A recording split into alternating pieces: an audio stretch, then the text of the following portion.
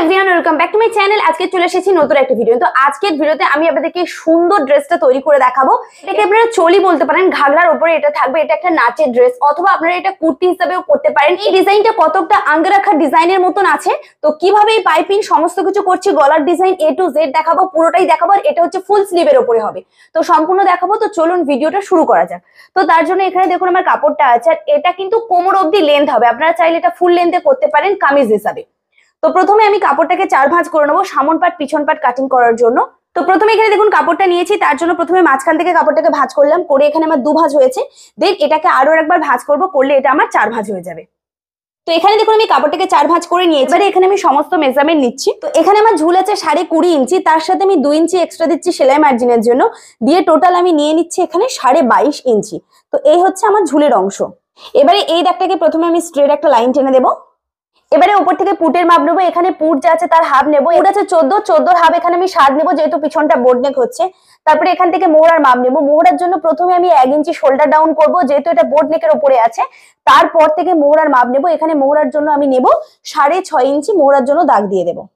এবারে এখান থেকে যেখানে মোহরা শেষ হয়েছে এখান থেকে হবে ছাতির মাপ। এখানে আমার ছাতি আছে 39 ইঞ্চি, 39টাকে 4 দিয়ে ভাগ করে নেবো প্রথমে। আর তারপরে এখানে 1.5 ইঞ্চি কাপড় আরো এক্সট্রা রাখবো। তো এবারে এখানে আমরা শেস্তর মাপ নেবো, তার জন্য ফিতেটা উপরে রাখলাম।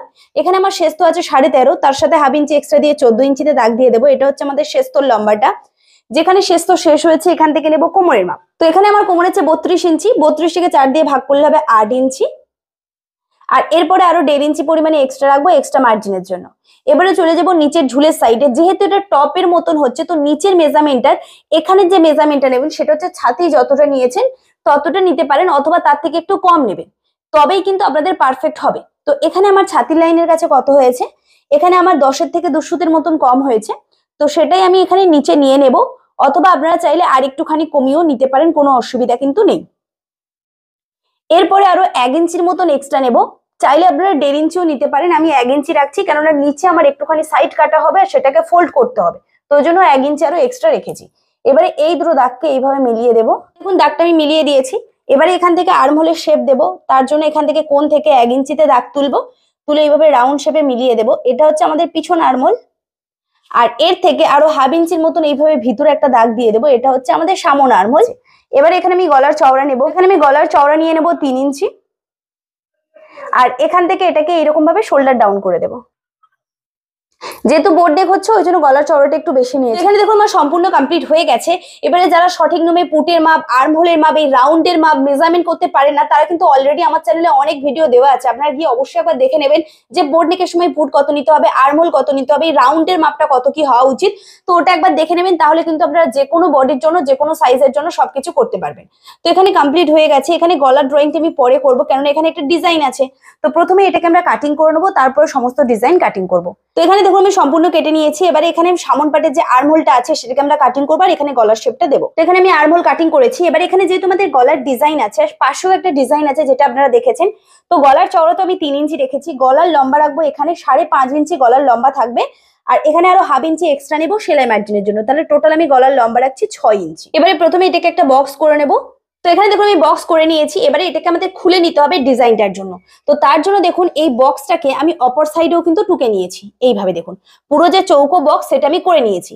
এবারে যেহেতু এটা আংরাখা স্টাইলের মতন হবে, যেহেতু এখান থেকে পাইপিং বসবে, দড়ি বসবে, তার জন্য এখান থেকে আমাদের মিডিল থেকে কাটিং করতে হবে। এখানে প্রথমে আপনাদের ডিসাইড করতে হবে আমরা আংরাখা স্টাইলটা কোন দিকে বাঁধতে চাইছেন। তো আমার কিন্তু বডি পার্টের বাম সাইডে আংরাখা স্টাইল হবে, আপনারা চাইলে বডি পার্টের রেখে দেখতে পারেন। তো আমার এই সাইডটা হচ্ছে বাম সাইডে পড়বে, আর এটা হচ্ছে আমাদের ডান সাইডে পড়বে। তো তার জন্য আমাদের কি করতে হবে, এখানে আমাদের কাটার জন্য কতটা মেজারমেন্টে কাটবো তার জন্য দাগ দেবো। এখানে দেখুন আমি 3 ইঞ্চির বক্স করেছিলাম, পুরো 3 ইঞ্চি বরাবরই আপনাদের কাটিং করতে হবে। এইভাবে 3 ইঞ্চি বরাবর দাগ দিয়ে দেবো।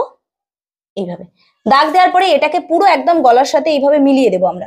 দেখুন দাগটা পুরো নিচের দিকে মিলিয়ে দিয়েছি। এই সাইডটা পুরো চৌকো থাকবে, আর এই সাইডের কোণটা হালকা করে গোল হবে। তো তার জন্য কি করবো, এই কোণ থেকে 1 ইঞ্চি উপরে দাগ দিয়ে দেবো, দিয়ে এখানে হালকা করে রাউন্ড শেপে মিলিয়ে দেবো। তাহলে এটা হচ্ছে কি আমাদের গোল চৌকো হচ্ছে। ব্যাস, এখানে দেখুন আমার সম্পূর্ণ শেপ কমপ্লিট হয়ে গেছে। এবারে আমি যেমনটা শেপ দিয়েছি সেই অনুযায়ী কাটিং করবো। এটাকে আলাদা করে নিলাম। এবারে এখান থেকে এই যে শেপটা দিয়েছি এই শেপ অনুযায়ী আমরা কাটিং করে নেব। আমি কাটিং করে নিয়েছি। এটা দেখতে ঠিক কেমনটা লাগছে আপনারা দেখে নিন। এখানে ঠিক এই রকমটা ডিজাইনটা আসবে। আর এখান থেকে আমাদের হচ্ছে আংরাখা স্টাইলের দড়িটা বসবে, আর এখান থেকে পুরো পাইপিং বসবে, এখানেও পুরোটা পাইপিং বসবে। এবারে আমরা হাতটাকে কাটিং করবো, আর এখানে সমস্তটা পাইপিং বসে সবটা দেখাবো। তো এখানে প্রথমে পিছন পাটের গলাটাকে কাটিং করে নিয়েছি। এখানে দেখুন 3 ইঞ্চি চওড়া, এটা তো কম্পালসারি 3 ইঞ্চি চওড়া হবে। আর এখান থেকে গলার লম্বা আছে 2.5 ইঞ্চি, তার সাথে 1/2 ইঞ্চি এক্সট্রা দিয়ে 3 ইঞ্চিতে দাগ দিয়ে দিলাম। দিয়ে এটাকে প্রথমে বক্স করে নিলাম, নিয়ে এখান থেকে রাউন্ড শেপে মিলিয়ে দিলাম। এবারে এটাকে কাটিং করে নেবো, যেহেতু পিছনটা হচ্ছে আমাদের একদম ছোট্ট গলা আছে। তো হাতার জন্য এই কাপড়টা আমার সাইড থেকে বেঁচেছিল। তো এখানে দেখুন কাপড়টা অলরেডি আমার এখানে 2 ভাঁজ করা আছে। এটাকে আমরা 4 ভাঁজ করে নেবো, এরকম মাঝখান থেকে ভাঁজ করে এটাকে আমি 4 ভাঁজ করে নেবো। তো এখানে আমার হাতার লম্বা আছে 21.5 ইঞ্চি, তার সাথে আমি 1 ইঞ্চি এক্সট্রা দিয়ে টোটাল আমি 22.5 ইঞ্চিতে দাগ দিয়ে দিলাম। এবারে এই দাগটাকে প্রথমে স্ট্রেট করে দেবো। এবারে ওপর থেকে আমি 3.5 ইঞ্চি থেকে 4 ইঞ্চি ডাউনে একটা দাগ দিয়ে দেবো। এখানে আমি প্রায় 4 ইঞ্চি ডাউনে একটা দাগ দিয়ে দিচ্ছি। এটা কিন্তু সূত্র, যারা প্রপার হাতা কাটিংও দেখতে চান অবশ্যই দেখতে পারেন, আমার চ্যানেলে আছে অলরেডি, আপনারা গিয়ে অবশ্যই দেখে নিতে পারেন, প্রপার সূত্রের সাহায্যে দেখানো হয়েছে। তো 4 ইঞ্চি ডাউন করলাম। এবারে এই কোণ থেকে আমার মোহরার হাফ নেবো। আমার মোহরা হচ্ছে 16 হাফ করলে হবে 8 ইঞ্চি। তো এখান থেকে আমি 8 ইঞ্চিতে এইভাবে দাগ দিয়ে দেবো। তারপরে আরো 1.5 ইঞ্চি পরিমাণে এক্সট্রা মার্জিন রাখবো এক্সট্রা কাপড়ের জন্য। এবারে চলে আসবো নিচের সাইডে মুহুরির পোর্শন। তো এখানে আমার মুহুরি আছে 9 ইঞ্চি, 9 হাফ করলে হবে 4.5 ইঞ্চি। আর এরপরে আরো 1.5 ইঞ্চি এক্সট্রা নেবো এক্সট্রা কাপড়ের জন্য। এবারে এই দুটো দাগকে প্রথমে এইভাবে মিলিয়ে দেবো।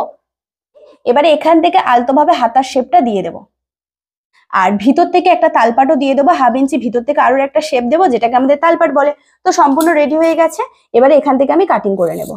দেখুন আমার সম্পূর্ণ হাতাও রেডি, আর এখানে আমাদের বডি পার্ট সবটা রেডি হয়ে গেছে। এবারে আমি স্টিচিং করে দেখাবো, আর পাইপিং কোথায় কোথায় বসাবো সবটা দেখাবো। তো চলুন এবারে আমি সেলাইটা দেখাই।